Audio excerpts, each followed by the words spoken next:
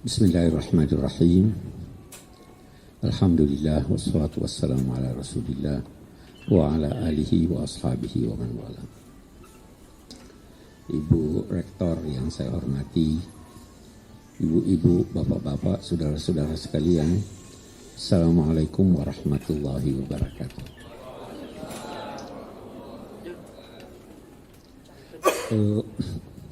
Saya sungguh sangat bergembira bisa bertemu, tadi Ibu Rektor katakan ada tanya jawab. Oke, saya juga tadi bertanya sampai jam berapa atau berapa lama. Kalau Ibu Moderator berkata terserah Bapak. Jadi saya usulkan kalau terserah saya ya 10 menit. Kan terserah saya. Ibu Rektor terus menyatakan sampai jam 12 gitu ya.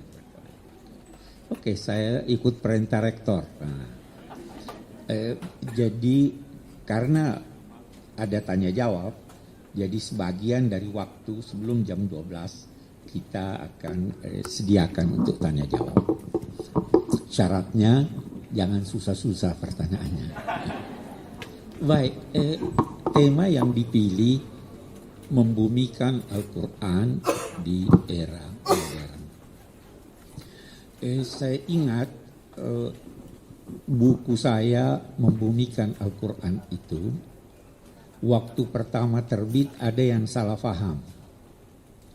Ada yang memahaminya, membumikan itu artinya mengebumikan Al-Quran. Ya, betul. Saya katakan tidak. Dulu pun filsafat itu mengawang-awang, terlalu tinggi di langit. Lalu dibumikan oleh Socrates. Sehingga menyentuh masyarakat, difahami masyarakat. Saya kira seperti itu juga lah sebenarnya maksud dari kalimat membumikan Al-Quran itu, yakni tuntunan-tuntunannya membumi, dirasakan, difahami, dan dapat diamalkan oleh penduduk bumi di mana mereka berada. Memang kita lihat lebih jauh, salah satu kritik yang sangat pedas dari ulama-ulama kontemporer, bahkan sejak Said Muhammad Rashid Ridha awal abad ke-20, bahwa sebagian dari solusi-solusi atau penafsiran-penafsiran yang disampaikan oleh ulama-ulama sebelumnya itu tidak memberi petunjuk dan solusi untuk problema yang mereka hadapi, tapi tidak lagi memberi solusi untuk problema yang sedang kita hadapi. Karena situasinya sudah berubah. Nah, jadi memang perlu ada pemahaman baru terhadap petunjuk-petunjuk Al-Quran agar supaya kita bisa amalkan. Kalau dulu misalnya, saya beri contoh, dulu misalnya ada orang berkata pokoknya bank itu haram, ya kan? Sekarang ada solusi, ada bank syariah, itu solusi yang bisa diterapkan, dan demikian juga dalam banyak hal. Ini berkaitan dengan pemahaman kita tentang ayat-ayat Al-Quran. Baik, ada kunci. Sebenarnya saya waktu kecil itu ayah saya juga guru besar di bidang tafsir. Sejak kecil sebelum saya ke Amerika, beliau menyampaikan pesan yang kemudian saya ketahui sebenarnya itu bukan pesan dari beliau, tapi pesan dari ulama-ulama lalu. Itu saya ada tulis dalam membumikan Al-Quran. Salah satu pesannya adalah bacalah Al-Quran seakan-akan dia turun kepadamu. bacalah Al-Quran seakan-akan dia turun kepadamu. Nah, ini pesan ini sebenarnya terambil dari pesan Rasul yang sebahagian kita laksanakan, sebahagian lagi tidak. Saya mau beri contoh dari pesan Rasul itu. Waktu turun suratir Rahman, berulang-ulang, fabi ayyi alai rabbikuma tukadziban. Waktu dibacakan oleh Rasul ayat-ayat itu, sahabat-sahabat diam. Rasul kemudian berkata, jin lebih pandai dari kalian. Setiap saya bacakan fabi ayyi alai rabbikuma tukadziban, mereka menjawab, tidak ada dari nikmatmu ya Allah yang kami ingkari. Jadi jin itu merasa ditujukan kepadanya atau tidak? Ditujukan kepadanya. Kita, ulama-ulama kita mengajarkan, kalau Anda mendengar ada yang baca alaihissallahu bi ahkamil hakimin, Anda diam atau tidak? Anda menjawab kan?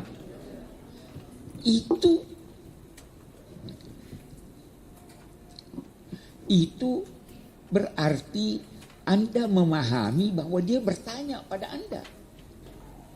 Jangan diam. Kalau Anda diam, bukan saya yang diajak omong. Ini prinsip pertama dalam memahami Al-Quran. Nah, kita melangkah lebih jauh dalam konteks membumikan ini. Jadi dia berbicara dengan kita. Ada pertanyaan yang timbul. Kita lihat. Supaya lebih mudah saya mau bertanya sesuatu yang pasti jawabannya sama. Al-Quran perintah salat. Ya, itu buat sahabat-sahabat Nabi atau buat Anda juga? Bagus. Al-Quran perintah memperhatikan Al-Quran atau tidak? Anda juga disuruh. Al-Quran mengecam yang tidak memperhatikan kandungan Al-Quran. Mengecam enggak? Anda dikecam juga? Bagus. Artinya seakan-akan turun kepada Anda. Nah, kita melangkah satu langkah lagi. Anda bisa berpikir terlepas dari pengetahuan Anda. Bisa enggak? Atau selalu harus melengketnya? Anda bisa berpikir terlepas dari budaya Anda. Bisa enggak? Mau pakai budaya, katakanlah orang di pelosok sana, pakai budaya, pakai pemikiran orang yang hidup di abad ke-20. Sama enggak? Saya ambil contoh. Ketika Anda membaca bahwa wa ya'lamu ma fil arham, ya kan? Apa artinya? Allah mengetahui apa yang dalam rahim. Dulu orang artikan dia mengetahui jenis kelaminnya. Ya. Ya kan begitu. Sekarang Anda masih mau berkata begitu. Berubah. Kenapa berubah? Berkat kemajuan ilmu pengetahuan. Iya kan? Bisa berubah berkat budaya. Saya kasih contoh yang berubah. Saya tidak tahu saudara masih mau pakai atau tidak. Saya berikan contoh. Di surat Al-Ahzab ada perintah kepada istri-istri Nabi. Apa itu? Ya nisa an-Nabi. Sampai kita ambil sampai waqarna fi buyutikunna la tabarrajna tabarrujal jahiliyah. Apa artinya waqarna? Al-Qurtubi, baca nanti Al-Qurtubi. Itu mengatakan ini perempuan harus tinggal di rumah, tidak boleh keluar kecuali darurat. Bagaimana itu? Ini semua darurat Anda kemari. Ya kan? Itu Al-Qurtubi. harus tinggal di rumah. Datang sesudahnya. Datang, sudah tidak jauh kita di abad ini. Itu Al-Maududi berkata, sebaiknya tinggal di rumah kecuali kalau ada kebutuhan. Sudah beda tak? Kebutuhan itu kebutuhan apa? Sekarang saya mau tanya, nonton kebutuhan tak? Ya kan? Oh iya kebutuhan. Arisan kebutuhan tak? Ya, kalau kita pakai itu sangat sempit nih, ya, sangat sempit. Ya, karena tinggal menetap, ya kan itu. Datang kemudian ini yang berkata, itu bukan wajib. Sudah beda sekarang. Itu Said Hawa berkata itu bukan wajib, itu anjuran.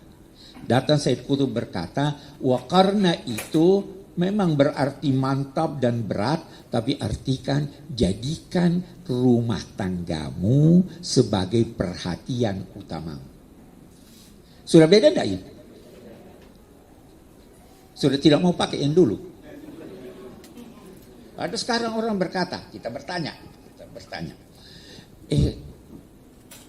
Rekreasi itu perlu atau tidak? Anda sudah berkata perlu. Kalau begitu boleh dong rekreasi. Ya. Selama la tabarrajna tabarrujal jahiliyah. Itu pemikiran berubah akibat apa? Akibat perubahan sosial. Kalau mau membumikan Al-Quran, perhatikan budaya Anda, perhatikan pengetahuan Anda, itu baru bisa membumi. Kalau tidak akan membumi. Jadi kembali kita, bacalah Al-Quran seakan-akan dia turun kepadamu. Itu sebabnya Abbas Al-Aqad ada berkata, seandainya sahabat-sahabat itu hidup pada masa kita sekarang, maka pasti ada pendapat-pendapatnya yang dikemukakan pada masa Rasul dan sesudah masa Rasul diubahnya karena terjadi perubahan. Ya kan? Pasti. Bacalah Al-Quran seakan-akan dia turun kepadamu. Kita melangkah.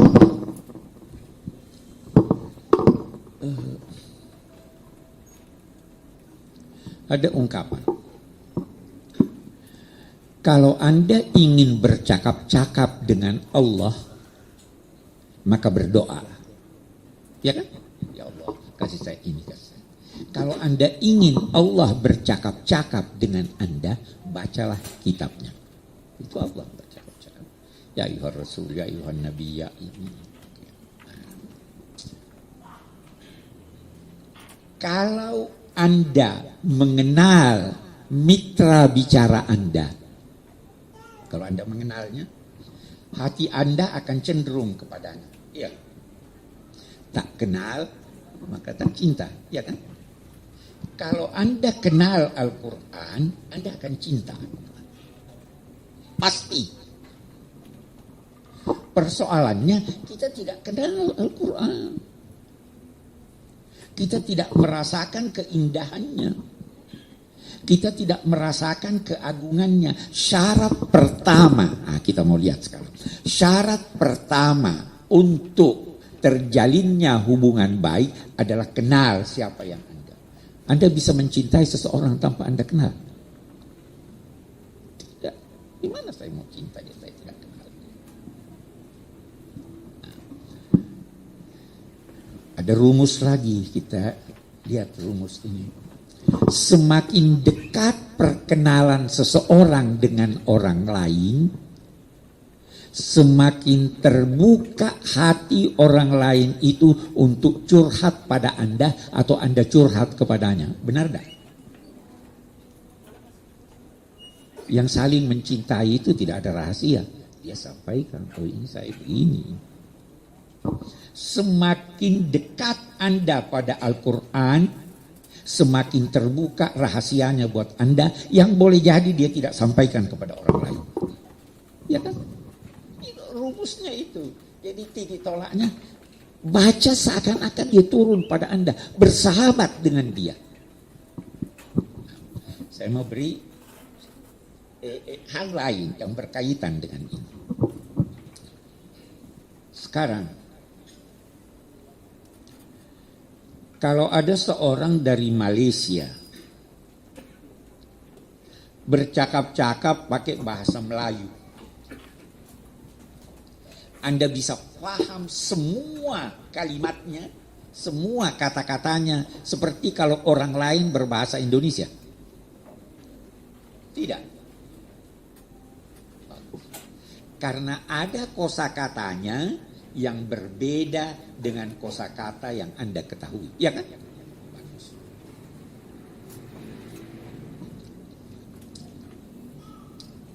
Wah, saya mau ke tandas dulu. Ngerti tandas? Yang ketawa itu mengerti. Orang Malaysia bilang begitu kalau mau ke toilet kan.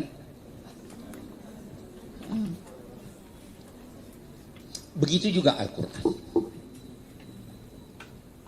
Bisa jadi Anda memahami suatu kata di dalam Al-Quran dengan pemahaman Anda, padahal bukan itu yang dimaksud oleh Al-Quran. Populer, al-fitnatu asyaddu minal qatl. Ya. Fitnah itu sama dengan bahasa Indonesia. Beda dong. Al-fitnatu asyaddu minal qatl. Itu bukan fitnah dalam bahasa Indonesia itu menisbahkan kebohongan kepada orang lain kan, itu fitnah ya. Yang paling banyak sekarang melalui WA itu fitnah. Itu paling banyak itu fitnah itu. Hoax masih bagus kalau hoax. Fitnah. Hoax cuma bohong-bohong, jadi bohong bergurau, fitnah. Saya pernah mau berceramah di suatu tempat, beredar di ini, jangan dengarkan Quraisy Shihab, itu Syiah. Ada kan? Saya juga. Untung rektornya Ibu Kuzaimah ininya kan. Bisa-bisa saya tidak boleh ngomong di sini. Baik, jadi bahasanya. Fahami bahasanya. Kalau Anda tidak tahu bahasanya, nah selama ini tidak jarang orang memahami Al-Quran dengan bahasa yang bukan bahasa Al-Quran. Saya beri contoh lagi. Apa artinya atuz zakah? Keluarkan zakat. Bagus. Salah. Aqimus salat, dirikan salat. Bukan itu maksud Al-Quran. Ya kan? Itu masih dekat-dekat itu. Saya ambil contoh. Faltaqatahu Nabi Yusuf. Faltaqatahu ba'dus sayyarah. Apa artinya sayyarah?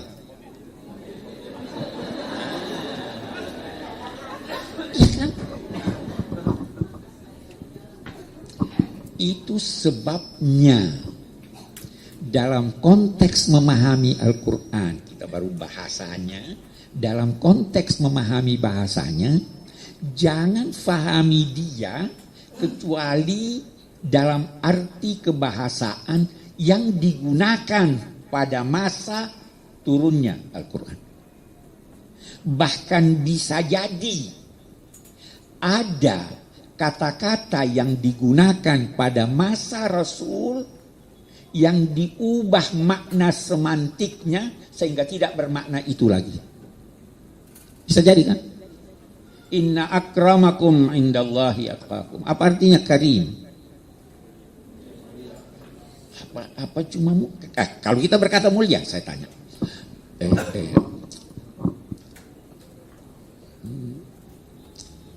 Kalau saya berkata Zaujun karim. Suami yang mulia. Hah? Yang layak. Loyal, waduh bagus. Ini cewek. Loyal tidak kawin lebih dari satu ya. Oke. Kalau saya berkata khitabun karim. Ada kan? Ulqiya alayya. Apa betul itu? Saya punya ingatan betul. Surat yang karim. Apa artinya? Loyal. Mulia. Sekian banyak kata karim di dalam Al-Quran. Rizqun karim. Apa artinya? Rezeki yang mulia. Anda harus kumpul semua kata-kata karim di dalam Al-Quran untuk melihat benang merah yang menghimpun itu semuanya, baru nanti keluar makna untuk masing-masing. Jadi jangan buka kamus. Saya tidak pernah menganjurkan mahasiswa-mahasiswa dalam konteks memahami kosakata Al-Quran, tidak pernah menganjurkan buka Al-Munjid atau Al-Qamusul Muhit. Saya minta mereka membuka Al-Maqayis fil Lughah. Ibnu Faris. Itu dia terangkan pada Anda apa asal usul huruf-huruf ini. Nah, dari sini kemudian kalau kita bicara karim, itu disimpulkan bahwa karim itu adalah segala sesuatu yang baik sesuai dengan subjek yang disifatinya. Zaujun karim. Cuma loyal. Dapat apa jelek ya? Segala sesuatu yang baik yang berkaitan dengan dia. Rizki yang karim, apa itu? Yang banyak. Atau bukan yang banyak malah, yang memuaskan. Yang halal. Ya kan? Surat yang karim, apa artinya? Sampulnya bagus, tulisannya bagus, beritanya bagus. Ya? Benar. Itu bahas itu. Kata-kata itu seperti sesuatu dalam wadah. Gelas ini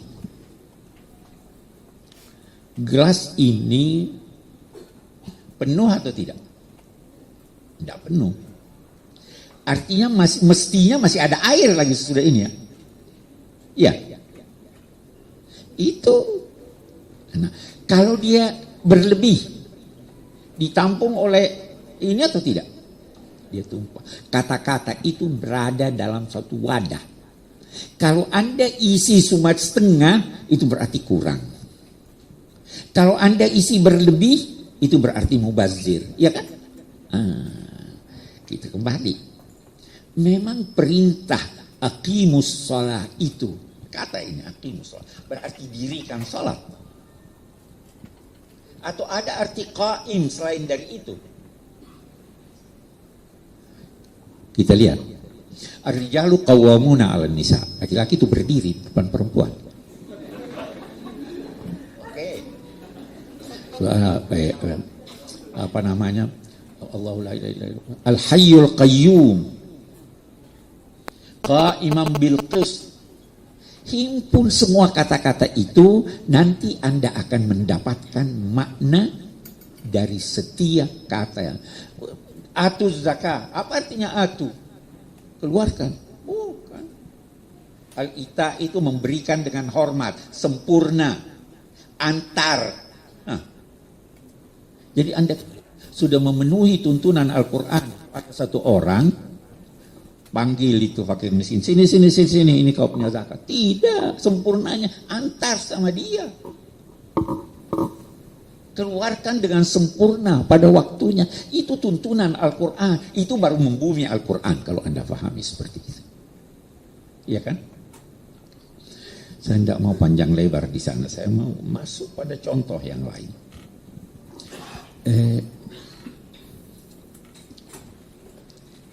Saya sekian tahun yang lalu mengajar S1. Kemudian saya mengajar di Paskah S2 dan S3.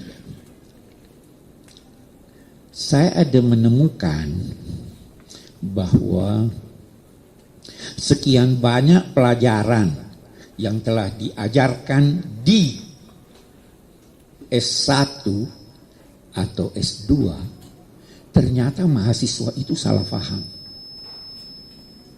atau tidak mengerti. Boleh saya bertanya, apa artinya sabab nuzul? Ini lah. Siapa yang bisa jawab?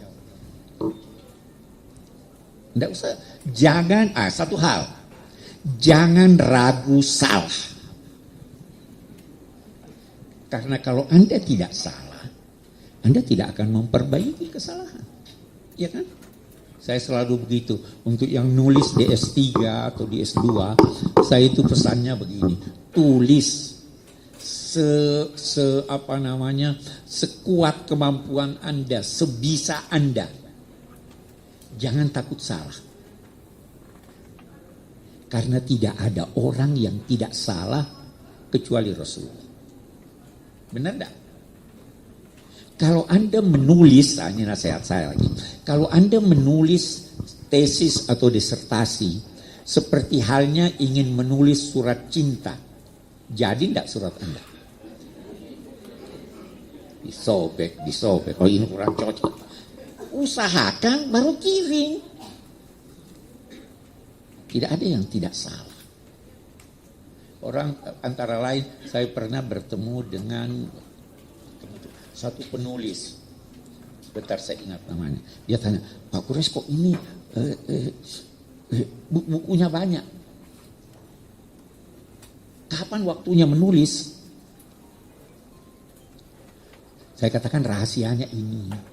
Saya menulis, saya baca, saya perbaiki, saya serahkan kepada editor untuk membacanya, memperbaiki bahasanya kah, atau kesalahan ketik karena saya langsung menulis di komputer. Kembali pada saya lihat, oke, cetak. Ada yang sudah jadi ini, dicoret, ini udah lama. Salah, pasti ada salah. Di tafsir Al-Misbah itu ada salahnya. Tapi kalau nunggu-nunggu itu tidak akan jadi. Imam Syafi'i juga salah. Semua salah. Iya kan? Nah, sekarang saya kembali. Apa artinya sebab nuzul?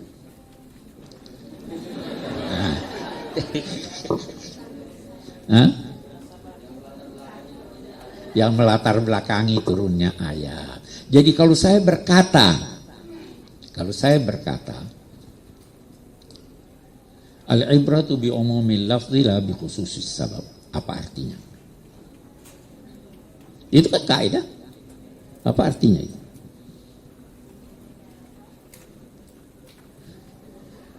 Kita ada pertanyaan lain lagi. Sabab nuzul yang melatar belakangi turunnya ayat. Turunnya ayat itu setelah latar belakang tersebut atau sebelumnya? Ya kan? Sebelumnya atau sesudahnya? Itu kalau Anda fahami sebab dalam arti latar belakang. Al-Quran qadim atau hadis? Kalau begitu, jangan pahami sebab dalam arti latar belakang. Ya kan? Karena itu menjadikan Quran itu hadis. Ada sebab, baru dia turun. Dan ini coba contoh. Sekarang, kalau kita berkata, al-ibratu bi umumil lafzi la bi khususis sabab. Oke deh, kita tidak usah bahas dulu sebab itu apa. Tapi ada peristiwa, ada ayat yang turun. Oke. dikatakan yang penting yang ditarik maknanya dari suatu ayat itu adalah dari lafaznya yang bersifat umum, bukan dari yang Anda katakan latar belakangnya. Itu betul. Saya beri contoh. Apa sebab nuzul firman Allah, innama jazaa'ul ladzina yuharibuna Allah wa rasulahu wa yas'auna fil ardi fasadan ay yuqattalu aw yusallabu, dan seterusnya. Apa sebab nuzulnya? Ada yang ingat? Saya kasih ingat. Serombongan orang datang pada Nabi minta guru-guru ngaji. Nabi mengirim sekian orang dan menghadiahi mereka sekian ternak.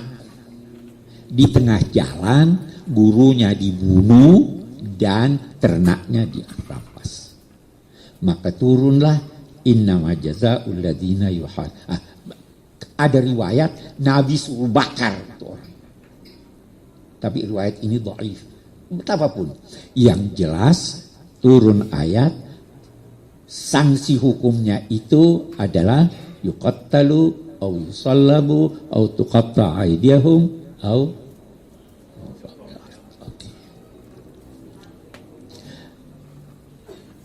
Lafaznya apa lafaznya? Innama jazaa'ul ladzina yuharibuna Allah wa rasulahu. Sebab nuzulnya ini. Kalau Anda berkata dalam memahami suatu ayat yang penting ditarik darinya adalah lafaznya yang bersifat umum, bukan latar belakangnya, ya kan? Apakah itu berarti apa artinya yuharibuna Allah wa rasulahu? Memerangi Allah dan Rasulnya. Apa hukumannya? Yuqattalu aw yusallabu. Yas'auna fil ardi fasadan, apa artinya? Melakukan pengrusakan di bumi. Mencabut pohon-pohon itu pengrusakan atau bukan? Bagus.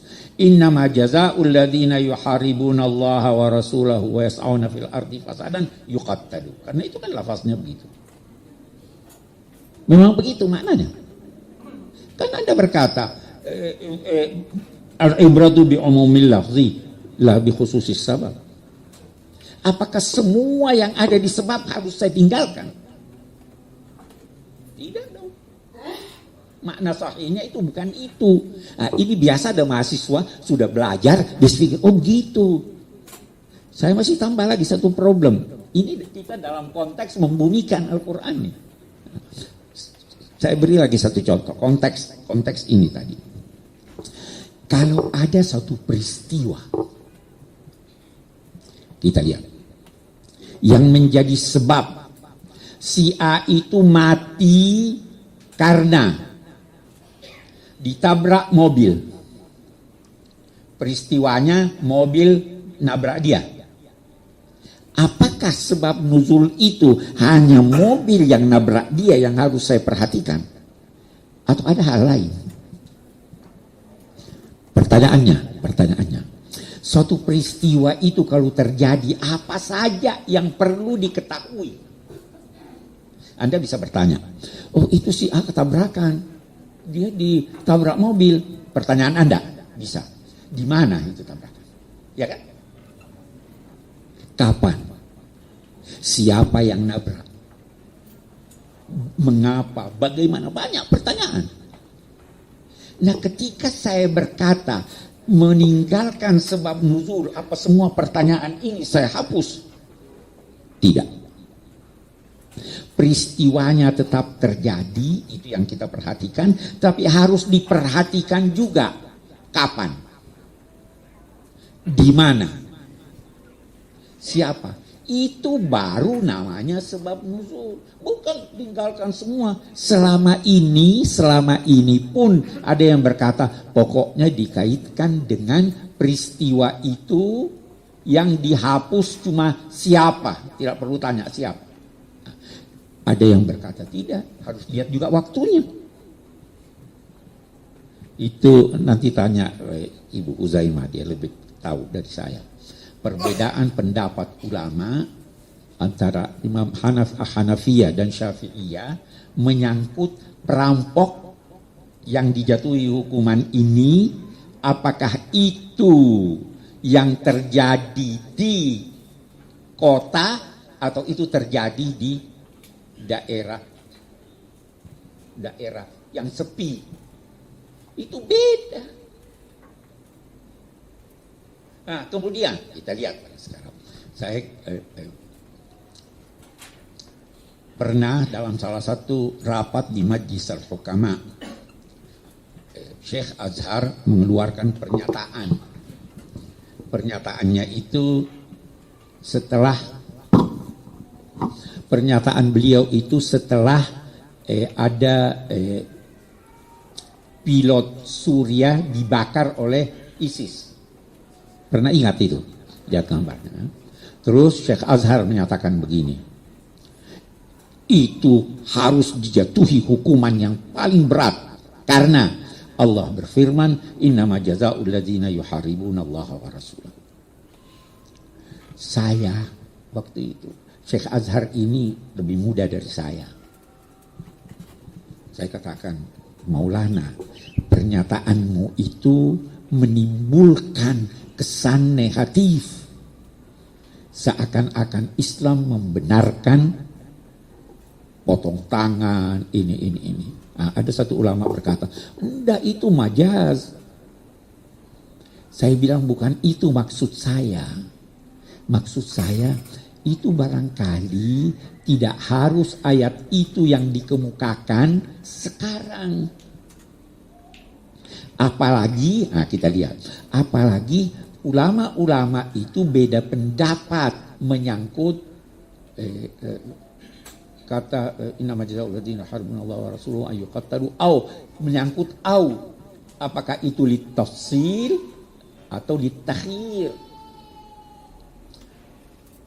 Datang satu ulama lain, itu bukan hakikat, itu majaz. Sudah beda-beda nih pendapat. Saya bilang saya tidak mau bahas itu.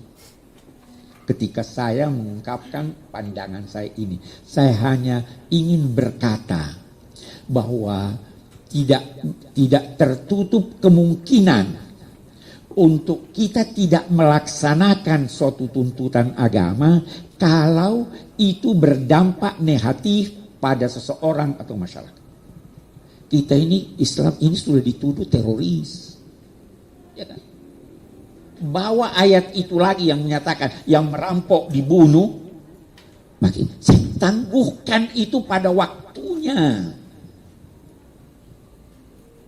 Sama halnya dulu perceraian itu dianggap jelek sekali orang-orang barat. Ya.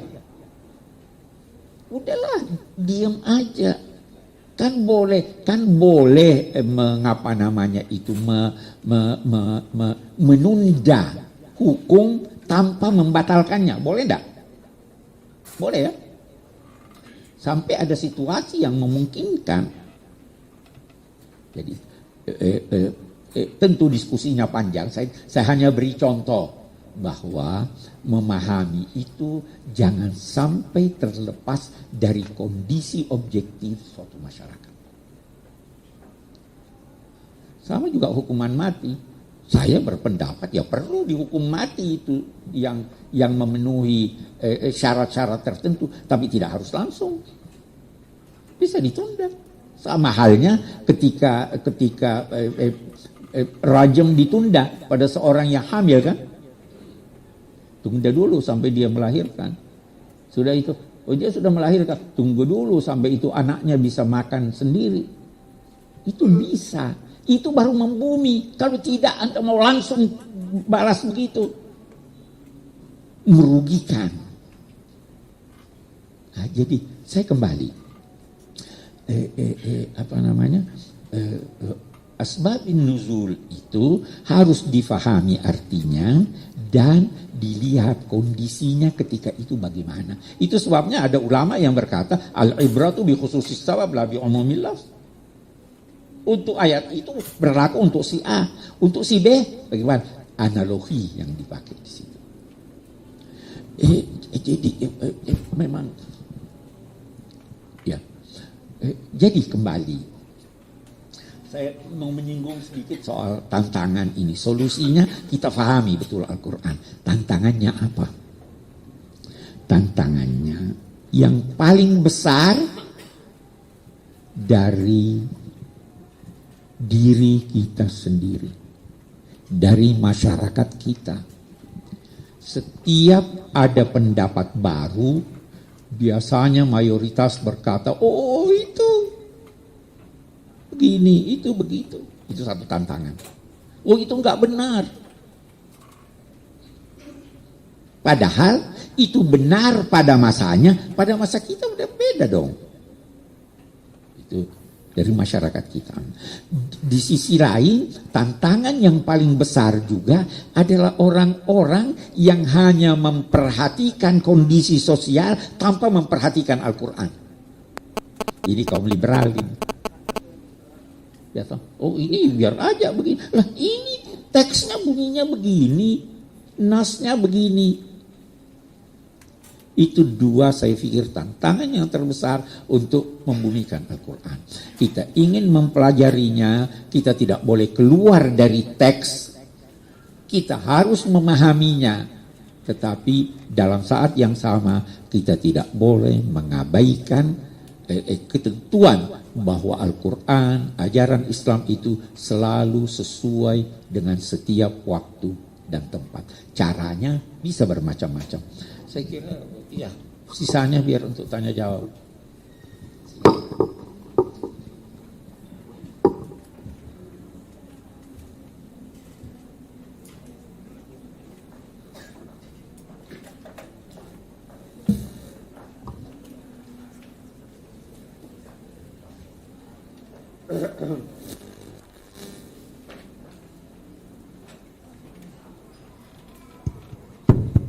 Terima kasih kepada Bapak Profesor Dr. M. Quraish Shihab MA yang telah membuka acara kuliah umum kita dengan pancingan-pancingannya seputar tantangan yang kita hadapi ketika membumikan Al-Quran, dan kita lanjutkan acara kita dengan tanya jawab. Kami persilahkan untuk bertanya dari kelompok sana 3 orang. Dari kelompok sini 3 orang. Yang pertama siapa Pak namanya? Marmudo. Nah, Marmudo ya. Yang berikutnya ya siapa Pak? Muhammad Rifai. Kemudian ya satu lagi Nawawi. Dari Putri ya siapa namanya? Atifah. Dari tengah tadi saya lihat ya siapa yang pakai kudung merah? Hah? Atikah 22. Oh iya, oke, Atikah ya. Satu lagi. Siapa? Maria. Maaf Bapak laki-laki sebelah. Makasih ya. Nah, ya yang pertama silahkan Pak Narmodo. Silahkan. Nah. Narmodo. Ya silahkan Pak Narmodo.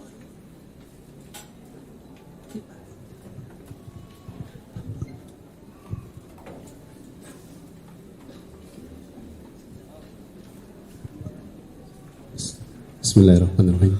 Assalamualaikum warahmatullahi wabarakatuh. Prof, saya ada satu pertanyaan bahwa di dalam membumikan Al-Quran, ini Al-Quran sudah turun 1500 tahun yang lalu. Di dalam Al-Quran kita juga tahu bahwa di situ adalah suatu yang jelas poinnya itu adalah mengajak suatu kebaikan, berbuat baik, bahwa kejelekan itu akan terkesampingkan. Namun demikian yang terjadi adalah di bumi ini bahwa yang namanya kebaikan tetap ada, tetapi jumlahnya itu orang yang berbuat kebaikan juga tidak banyak. Sekarang kita lihat satu contoh saja bahwa ekonomi kapitalis yang mendominasi dunia dan kemudian ekonomi yang berbasis dengan syariah itu adalah masih minim sekali. Di Indonesia sendiri adalah bahwa aset bank syariah itu hanya 300 triliun, sementara aset bank konvensional yang tidak syariah adalah 6.000 triliun rupiah. Artinya cuma sekedar 5% saja. Demikian juga di satu sisi bahwa antar umat Islam juga masih terjadi benturan-benturan. Apakah ini memang satu hal yang salahnya ada di mana? Itu apakah kesalahan ada pada kita yang belum bisa memahami Al-Quran dengan benar dan baik, atau memang ini adalah suatu qudratullah begitu? Dan ini bagaimana kita bersikap untuk membumikan Al-Quran, bahwa benar-benar Al-Quran ini bisa menjadikan rahmatan lil alamin, bahwa bumi atau umat yang ada di bumi ini, bahwa sekarang yang orang mengaku beragama Islam di bumi ini tidak kurang dari 1,5 miliar dari 7 miliar penduduk bumi. Jadi artinya hanya sekitar 20% penduduk bumi yang beragama Islam. Itu pun yang Islam, belum yang mengerjakan sholat, yang puasa, dan itu masih berkurang lagi dari sana. Dan dari ini pertanyaannya adalah bagaimana menyikapi hal ini dalam kita menyongsong kehidupan ke depan. Terima kasih. Assalamualaikum warahmatullahi wabarakatuh.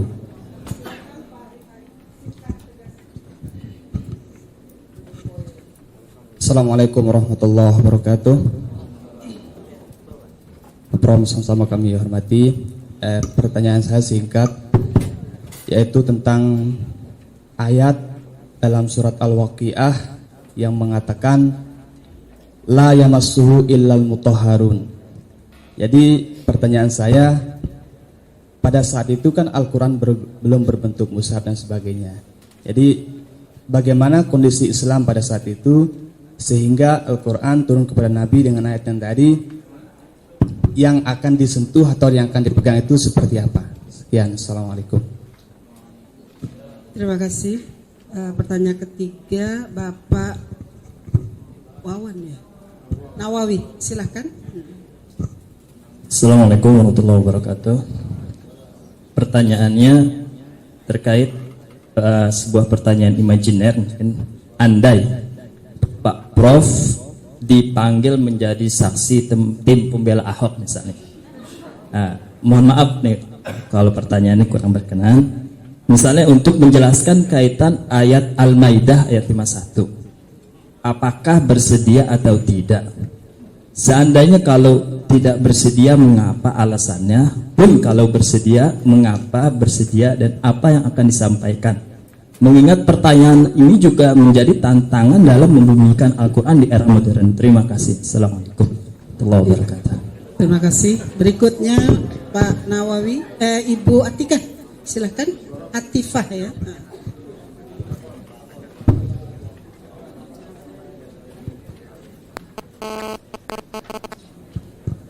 Assalamualaikum warahmatullahi wabarakatuh. Nama saya Atifah Prof dari Madura. Prof, pertanyaan saya sangat singkat sekali Prof. Mungkinkah Al-Quran masih membumi di negara kita tercinta Indonesia ini Prof? Soalnya dengan banyaknya permasalahan saat ini, sepertinya ulama-ulama kita dipeta-petakan oleh media ya Prof. Padahal sumbernya satu, tetap Al-Quran dan hadis. Terima kasih Prof. Terima kasih. Saudari Atikah, silahkan. Assalamualaikum warahmatullahi wabarakatuh. Ya, suatu keberuntungan bagi saya bisa langsung bertanya kepada Profesor Quraisy Shihab secara langsung. Langsung saja pertanyaannya, Prof, mengenai membumikan Al-Quran ini, saya lebih bertanya kepada membumikan Al-Quran di negara kita Indonesia ini. Seperti kita ketahui, ada sebagian masyarakat, terutama masyarakat Jawa, yang masih memiliki kepercayaan kepada hal-hal yang bersifat klinis, Prof. Yang saya tanyakan, bagaimana pendapat Profesor Quraisy Shihab terhadap ayat-ayat yang bersifat klinis, karena ada beberapa kitab misalkan Samsul Ma'arif dan lain sebagainya, dalam arti yang positif, dalam arti penggunaan dzikir-dzikir dengan menggunakan ayat-ayat Al-Quran. Terima kasih. Assalamualaikum warahmatullahi wabarakatuh. Terima kasih. Nanya terakhir, Ibu Mariam.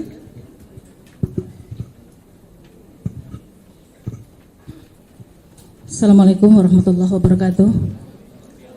Terima kasih. Nama saya Siti Mariam dari Tarbiyah semester 3. Pertanyaan saya sebenarnya sudah ditanyakan sama Pak Seba tadi itu. tentang tapi nggak apa-apa lah.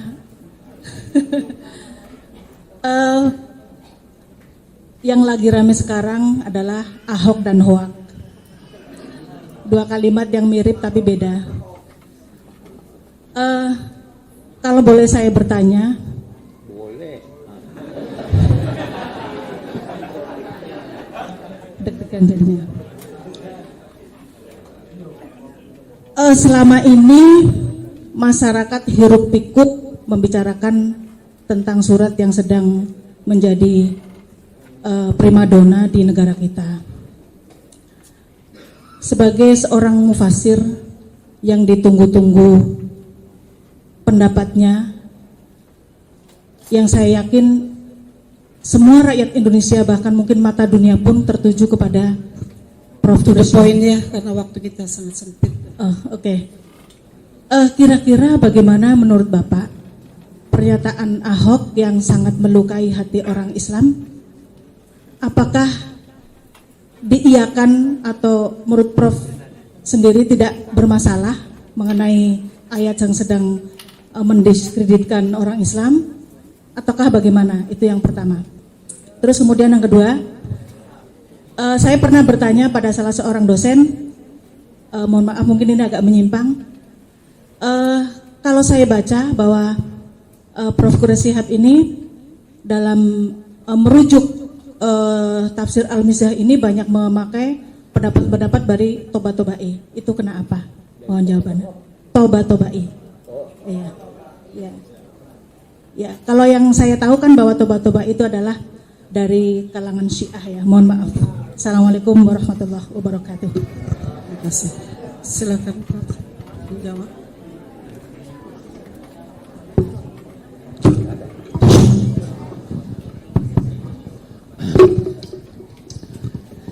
Baik, bismillahirrahmanirrahim. Ada sebagian pertanyaan yang saya mau gabung jawabannya. Yang pertama soal ekonomi dan sebagainya. Apa sebabnya ini tidak bisa membumikan Al-Quran? Itu juga tadi ini. Ada buku baik saudara baca. Itu judulnya bisa menjelaskan persoalan ini. Buku lama itu ditulis oleh Syakib Arsalan, Limadha ta'akhkhara al-muslimun wa taqaddama ghairuhum. Itu di situ ada jawabannya. Ada yang menjawab begini. Orang lain maju karena meninggalkan agamanya dan mengambil tuntunan Islam. Orang Islam mundur karena mengabaikan agamanya dan mengambil tuntunan orang lain. Jadi ini ambil Islam, dia laksanakan, dia tinggalkan juga agamanya. Kalau ini dia tinggalkan juga agamanya, tapi dia ambil. Itu jawaban-jawaban umum. Ada lagi buku, saya tidak ingat siapa pengarangnya, itu namanya Al-Islam Baina Ajzi Ulama'ihi wa Jahli Ummati. Islam ini berada di tengah-tengah, ulamanya tidak mampu menjelaskan dan umatnya bodoh. Saudara tahu, dalam bidang ekonomi, Rashid Ridha ada menulis bahwa hampir 90% dari kegiatan ekonomi yang sebenarnya halal tapi diharamkan oleh orang-orang yang tidak paham. 90%. Padahal mestinya itu bisa dilakukan. Dan ini kita sudah ketinggalan lama nih. Baru aja muncul ini kan, ada bank, ada dewan syariah yang menjelaskan sebenarnya ini boleh, ini ada jalannya dan sebagainya. Tapi selama ini selalu dianggap bahwa itu tidak boleh. Selama ini sudah putus bank haram. Jadi itu sebabnya kita tinggalkan tuntunan agama kita. Kita tidak fahami kitab suci kita. Saya kira itu sebabnya. Terus yang kedua tadi apa pertanyaannya yang kedua? La yamassuhu ilal mutahharun ya. Oke. La yamassuhu ilal mutahharun, di mana Al-Quran dan di mana Nabi ketika itu? Oh iya, itu sebabnya beda pendapat ulama la yamassuhu ilal mutahharun. Ada ulama yang beranggapan la yamassuhu ilal mutahharun yang di Lauhul Mahfuz.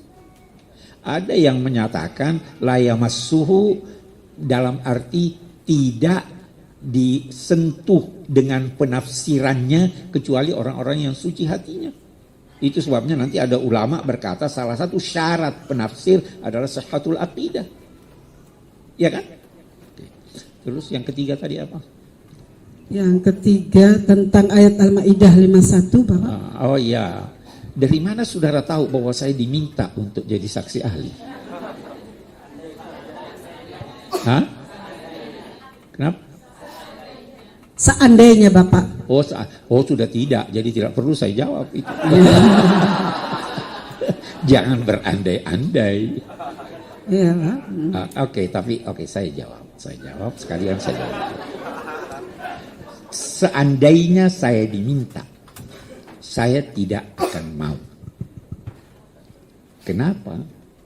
Saya sudah jelaskan, sudah beredar penafsiran suratul Maidah yang direkam dan beredar dari apa yang saya jelaskan di Metro TV. Sudah. Yang tidak dengar itu bisa buka tafsir Al-Misbah. Jadi kalau mau tanya tentang tafsirnya, pendapat saya itu sudah ada. Soal tafsir ayat ya. Oke. Satu hal. Saya jelaskan lebih jauh. Kata wali bisa bermacam-macam, ya kan? Asalnya dekat. Ada pertanyaan yang muncul. Apakah Anda, tunggu dulu, kedekatan itu sampai di mana? Ya kalau kita katakan, apakah kalau diartikan pemimpin, apakah dalam segala macam kepemimpinan atau kepemimpinan khusus? Segala macam kepemimpinan tidak boleh. Bagus. Bukankah Nabi pernah dipimpin oleh seorang penunjuk jalan ke Madinah? Abdullah bin Uraiqid. Pernah atau tidak? Yang nggak tahu sejarah dia memang tidak. Maukah Anda dipimpin oleh non-muslim di dalam suatu perjalanan? Dia jadi pilot, orang non-muslim, antar Anda sampai Jeddah. Mau enggak? Mau. Kalau Anda disuruh pilih, ada muslim yang baru lulus, ada non-muslim pandai, mau naik pesawat yang mana? Tidak. Ini kita ingin memahami kan. Terus ada yang mengartikan yang dilarang itu sahabat karib. Jangan jadikan sahabat karibmu. Nah, kita lihat sekarang. Boleh enggak muslim kawin dengan Masihiyah? Boleh enggak seorang perempuan Kristen kawin dengan lelaki muslim? Boleh enggak? Itu sahabatnya atau tidak? Lebih dari sahabat ya. Harus loyal kan? Jadi bukan semua, Anda harus tetapkan ini. Itu sebabnya yang saya tulis di tafsir Al-Misbah adalah menjadikannya sahabat pun, apalagi pemimpin, menjadikannya sahabat sehingga mempengaruhi kepribadian Anda sebagai muslim. Saya banyak ditanya itu, teman-teman, ini kita tidak boleh, saya dagang nih, hubungan dagang, bisnis dengan non-muslim, boleh tidak? Yang bisa mempengaruhi sehingga Anda menyampaikan rahasia-rahasia umat sehingga terugikan, Anda terpengaruh dengan itu yang dilarang. Itu menurut saya. Tetapi kita lihat Al-Quran hammalatun lil wujuh. Bisa bermacam-macam penafsirannya. Siapa yang mau tafsirkan begini silahkan. Siapa yang asal sesuai dengan kaedah-kaedah. Jadi bisa saja kita beda pendapat. Satu lagi saya bilang, Anda boleh mengutip pendapat orang Barat dalam konteks memahami Al-Quran atau tidak? Boleh atau tidak? Boleh ya? Walaupun kafir, walaupun sesat. Benar, kebenaran. Boleh enggak? Boleh. Boleh ambil hikmah dari orang gila? Tidak boleh? Boleh. Al-hikmatu dhalatul mu'min. Jadi kalau itu boleh, terlarangkah saya mengutip pendapat Tabatabai? Nah, kalau benar, saya kutip. Kalau tidak, kalau saya kutip, saya bantah. Salah satu yang saya bantah, baca tafsir Al-Misbah, la yamassuhu illal mutahharun. Dia tafsirkan Al-Mutahharun adalah, dia katakan berdasar firman Allah, innama yuridullahu liyudhiba ankumur rijsa ahlal bait wa yutahhirakum tathira. Jadi berarti yang hanya bisa menafsirkan Al-Quran ahlul bait. Saya bantah atau tidak? Saya bantah. Saya bilang tidak mungkin. Iya kan? Jadi jangan alergi sama pendapat orang lain. Apakah kalau sudah saya ada tuh yang ini, saya pernah ke Iran diundang ketemu siapa namanya, ketemu ini presidennya yang sekarang ini siapa lagi namanya, siapa namanya, Khamenei. Ali Khamenei, dia peluk saya peluk dia. Masa waktu dia peluk saya bilang jangan peluk saya. Nah, terus ini buktinya Syiah nih. Saya bilang ya Allah ini orang. Ya kan? Saya berpendapat bahwa Syiah itu bermacam-macam. Ada yang kafir, ada yang muslim. Tapi kita berbeda dalam sekian banyak hal. Sebagaimana kita berbeda, Syafi'i berbeda dengan Malik, ada juga perbedaan antara Syiah Imamiyah dengan tidak. Tapi mereka muslim. Buktinya mereka muslim, mereka pernah memimpin jadi ketua organisasi konferensi Islam. Buktinya mereka muslim, mereka diperkenankan oleh Saudi Arabia untuk pergi haji. Ya kan? Buktinya mereka muslim adalah jauh sebelum ini Saudi Arabia dan Iran itu berdekatan. Jadi kenapa harus ini hanya baru muncul dikaitkan dengan politik? Baru muncul setelah lahirnya faham-faham keras. Baru muncul setelah adanya benih-benih memisahkan antara kaum muslimin. Jadi saya tidak ini, saya kutip siapa saja. Karena yang non muslim pun saya kutip. Nah, kecuali kalau Anda mau berada dalam tempurung. Jelas itu ya? Oke. Oke, apalagi tadi pertanyaannya? Yang ketiga masih terkait dengan surah Al-Maidah, ya. Sudah itu. Yang terakhir adalah pendapatnya tentang buku-buku yang mengandung klinik seperti Syamsul Ma'arif katanya Pak. Ayat-ayat yang berisi hizib, ya. Hizib.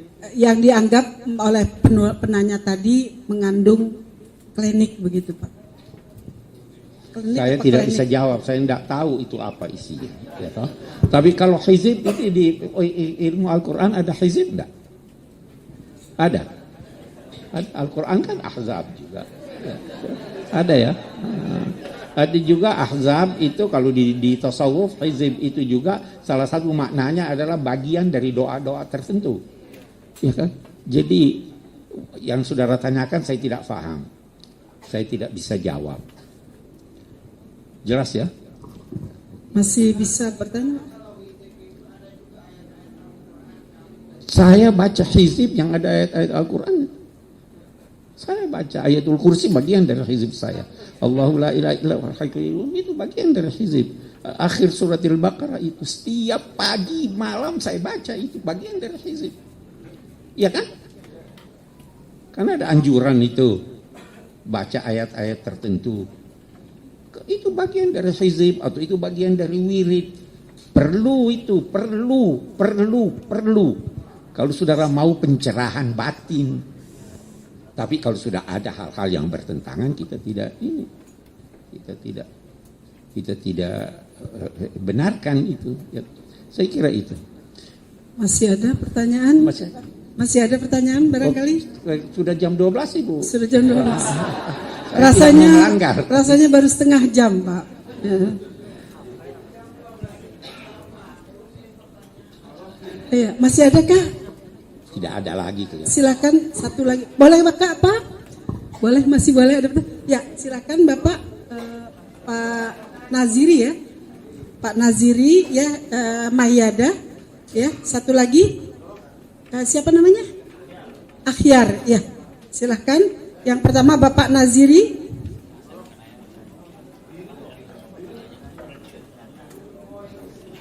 To the point pertanyaannya ya, mengingat waktu kita sangat singkat.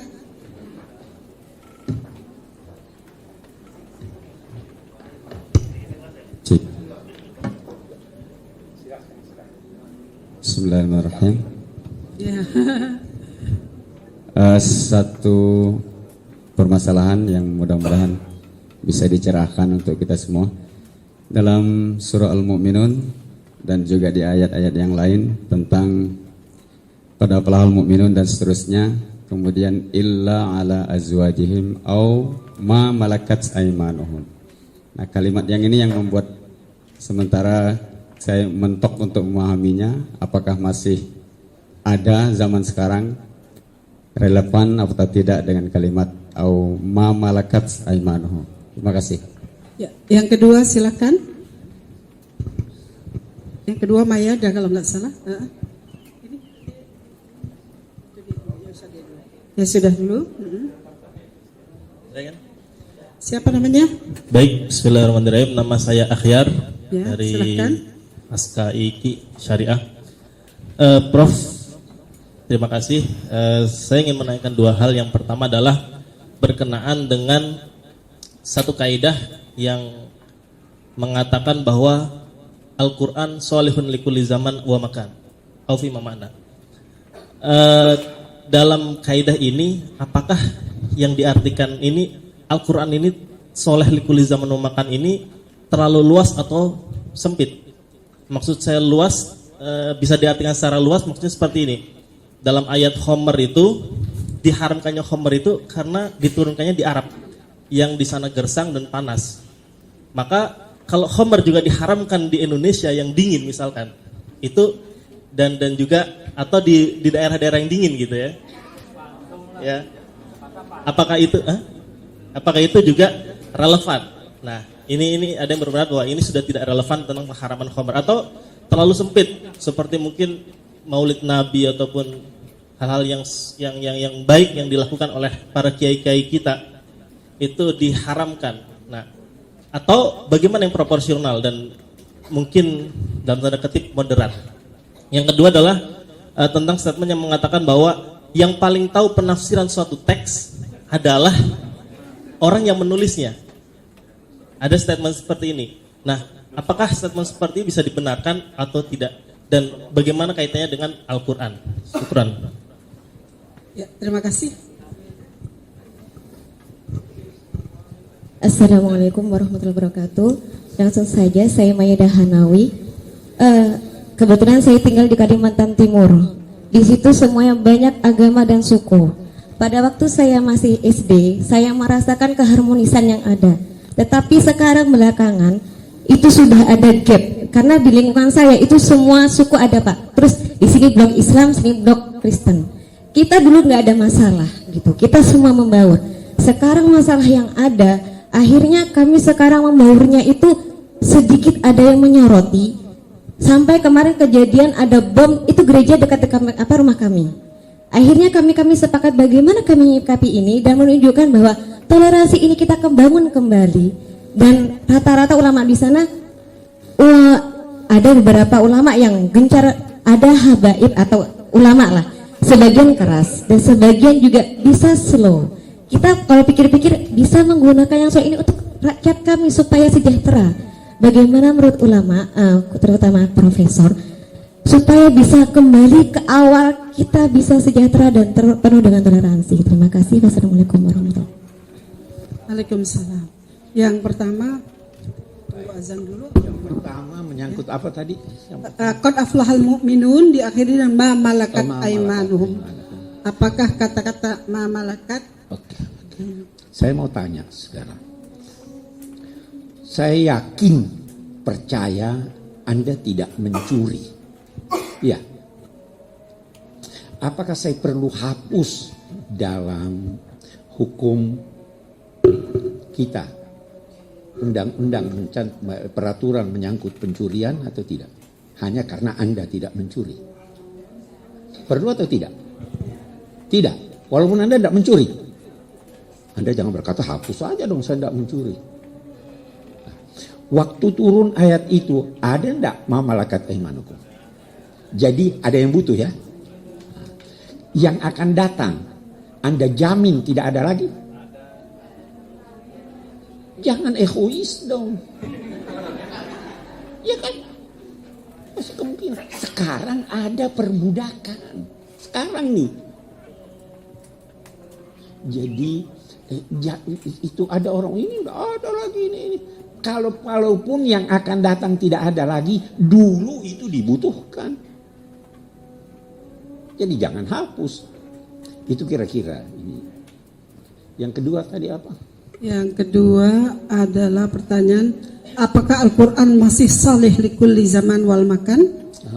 Dengan pemahaman yang luas dan yang bagus. Oke, yang sempit ya. Saya Yang luas diantaranya, apakah khamar yang diharamkan di negara Arab yang panas itu relevan kalau diturunkan di negara yang dingin? Yang kedua, yang paling tahu makna teks adalah yang pertama dulu. Anggur itu haram atau tidak? Tidak. Kalau dia memabukkan, haram. Kalau dia beralih jadi cuka, ya, jadi halal. Ini kenapa kalau begitu haram? Ya kan? Jadi ada sebabnya toh. Oke. Seandainya jeruk yang di hadapan saya ini saya namai khamar, haram enggak? Jadi bukan persoalan nama. Seandainya perasan babi saya namai perasan cap korma, halal enggak? Itu sebabnya ada illah. Ya, jangan lantas berkata, oh di sini saya tidak mabuk, lantas boleh. Itu tetap, itu sebabnya ada keterangan bahwa yang banyak yang memabukkan sedikit pun menjadi haram. Jadi bukan soal tempat. Kalau soal tempat, wah kita bisa minum khamr di sini. Enggak, ya toh? Nah, Al-Islam salihun likulli zamanin wa makan. Nah, itulah penafsiran. Dan salah satu yang menyebabkan Islam itu bisa hidup kapan dan di mana saja, karena dia tidak mengkultuskan bentuk-bentuk.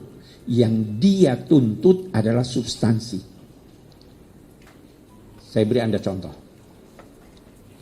Ada bentuknya masjid. Tidak sakral itu bentuk masjid. Ya kan? Di mana? Substansinya apa? Yang penting menghadap kiblat kalau sholat dan tempatnya suci. Ya kan?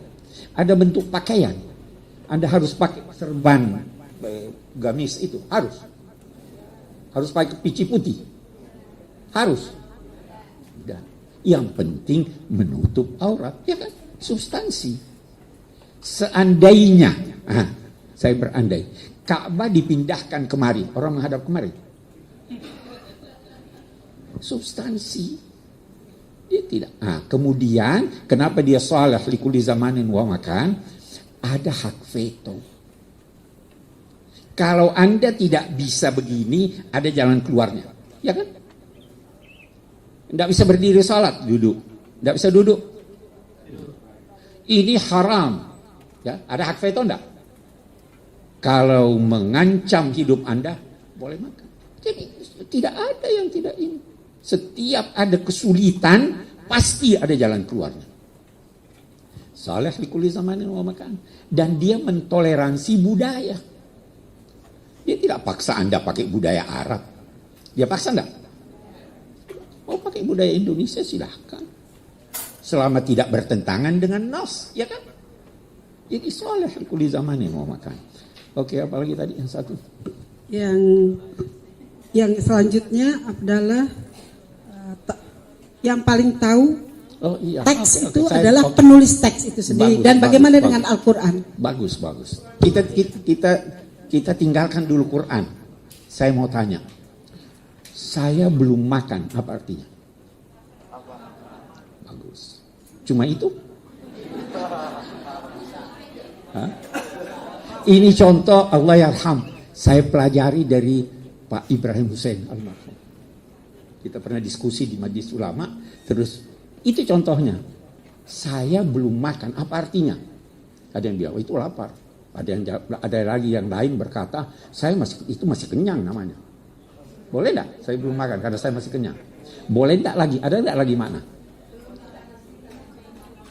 Satu lagi. Ada lagi. Jangan habiskan makanan itu. Siapa yang paling tahu maksud saya? Ini saya bukan Tuhan nih. Apalagi Tuhan. Yang paling tahu itu sebabnya ada yang dinamai dilalah haqiqiyah dan ada dilalah nisbiyah. Jangan berkata ini pasti begini. Yang pasti itu sedikit sekali setelah dihimpun sekian banyak argumentasi. Saya beri Anda contoh. Siapa juara dunia tinju yang muslim itu? Kira-kira kalau saya lawan dia siapa yang menang? Anda ketawa. Kemungkinan tidak saya menang.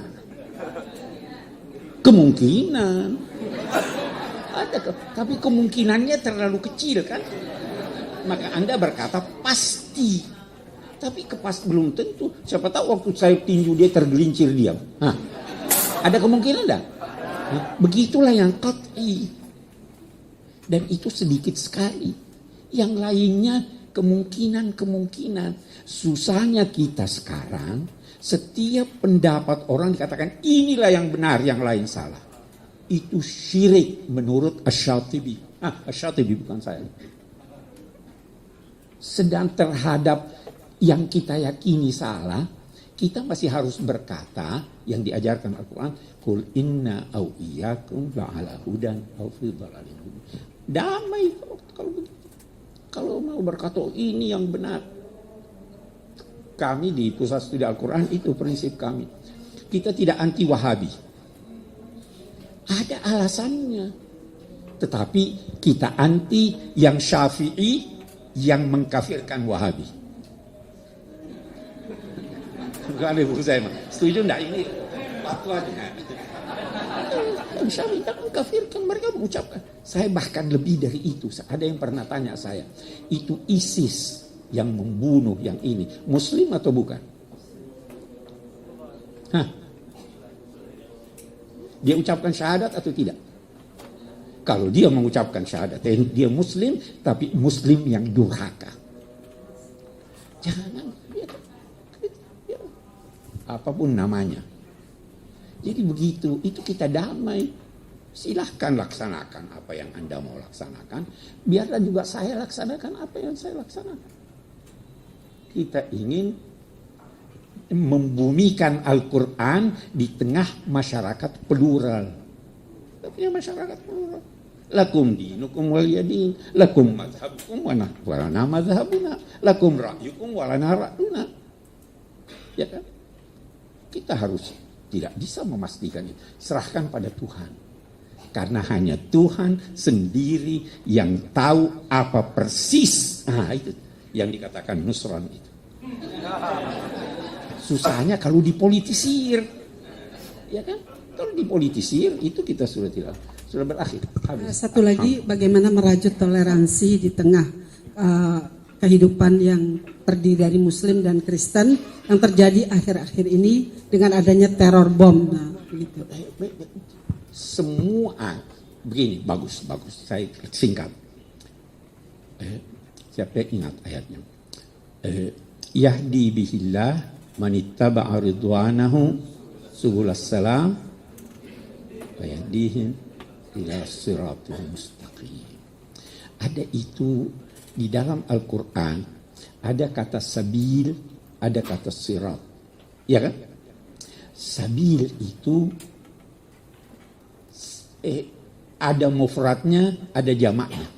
Sabilillah, ada subulas salam. Ya kan? Oke. Kalau sirat itu tidak ada jamaknya, cuma tunggal terus. Sabil ini bermacam-macam. Ada sabilal mujrimin, ada enggak? Ada juga sabilillah. Ada sabilal ladzina la ya'lamun. Ya kan? Jadi sabil bermacam-macam. Sabil itu jalan-jalan kecil. Sirat itu terambil dari kata sarata yang berarti menelan. Sirat itu jalan lebar. Jalan tol. Kalau Anda masih di sabil, masih bisa sesat. Kalau masuk jalan tol, tidak, Anda akan sampai. Yang kita mohonkan, ihdinas siratal mustaqim. Tapi Allah juga berfirman, ud'u ila sabili rabbik. Ya kan? Ada juga sabil. Nah, yang mengantar ke siratal mustaqim itu subulus salam. Selama jalan yang Anda anjurkan, cara yang Anda anjurkan bercirikan kedamaian, walaupun kita beda-beda, kita ketemu.